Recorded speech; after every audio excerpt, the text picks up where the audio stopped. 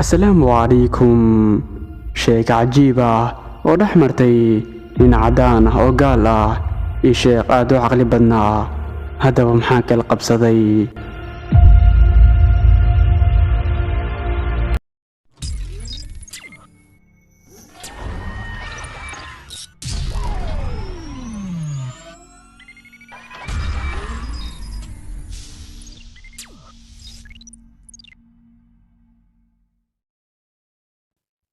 sheekh ayaa diyaarad u saarnaa dhinac ka fadhiistay nin caddaan ah oo aan muslin ahayn.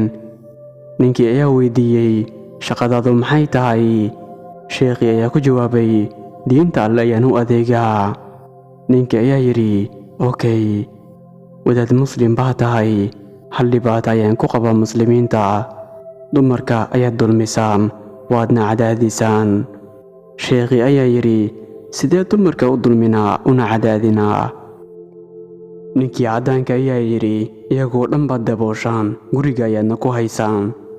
sheekhii xoogaa yar ayuu fikiray, isagoo isleh sida ugu habboon aad ugu sharxi karto oo isagana ku fahmi karo.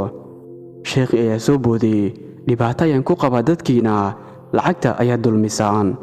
ninkii, maxay? sidee lacagta u dulminaa? sheekhii ayaa yidhi, lacagta waxaad ku qarisaan boorso yar oo jeeb leh. bangiga iyo qasnada oo shab oo adag waadna ku dabooshaan. maxaad bannaanada dadka ugu soo bandhigi weydeen hadday tahay wax qurux badan? ninkii caddaanka ahaa ayaa yidhi, waa la xadaya haddaan la daboodin. xaqiiqdii waana wax caadi ah in lacagta la daboolo oo la qariyo. sheekhii ayaa yidhi, lacagta waxaad u qarisaan qiimo ayay leedahay, waxaynaguna siinaa qiimaha dhabta ee dumarkeenna u qalmaan, iyagaana lacag ka qiimo badan. sidaa darteed dheemanteenna qaaliga ah looma soo bandhigo dadka oo dhan, waxaana loo xijaabaa si sharaf leh oo karaamo leh.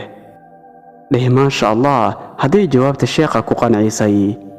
waxaynu soo gaarnay gabagabadii muuqaalka. haddii aad ka heshay muuqaalkani like saar, siina gaarsii saaxiibadaada ilaa 2 qof. intaynu ku kulmi doono kani muuqaalkiisiga fii amaanillaah. wasalaamu calaykum waraxmatullaahi wabarakaatuh.